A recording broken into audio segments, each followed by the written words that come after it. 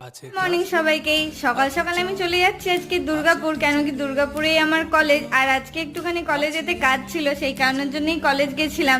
সেই পুরনো বন্ধু বান্ধবের সাথে আবার দেখা করব, মজা করব বলে পুরো চলে গেছিলাম। আর ভেবেছিলাম এই মিনি ব্লগের মাধ্যমে আপনাদের সাথে আমি শেয়ার করব যে আজকে কি কি মজা করলাম। তাড়াতাড়ি পৌঁছে যাওয়ার কারণের জন্য আর খুব রোদের কারণের জন্য একটুখানি ওয়েটিং রুমেতে ওয়েট করে নিলাম, আর একটু বিস্কিটও খেয়ে নিলাম, খিদে পেয়ে গেছিলো বলে। ততক্ষণে তো ওয়েট করতে করতে আমার বন্ধু বান্ধবরা চলেও এসেছে, আর আমি কলেজ চলে গেছিলাম।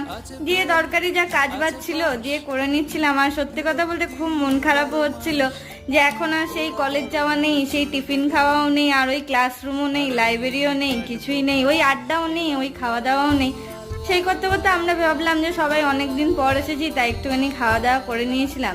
আপনাদের মধ্যেও কি এরকম কেউ কেউ আছেন যারা বন্ধুদেরকে খুব মিস করেন, যারা ওই পুরনো ক্লাসরুম লাইব্রেরিটা মিস করেন? কমেন্ট করে জানাবেন। হ্যাঁ।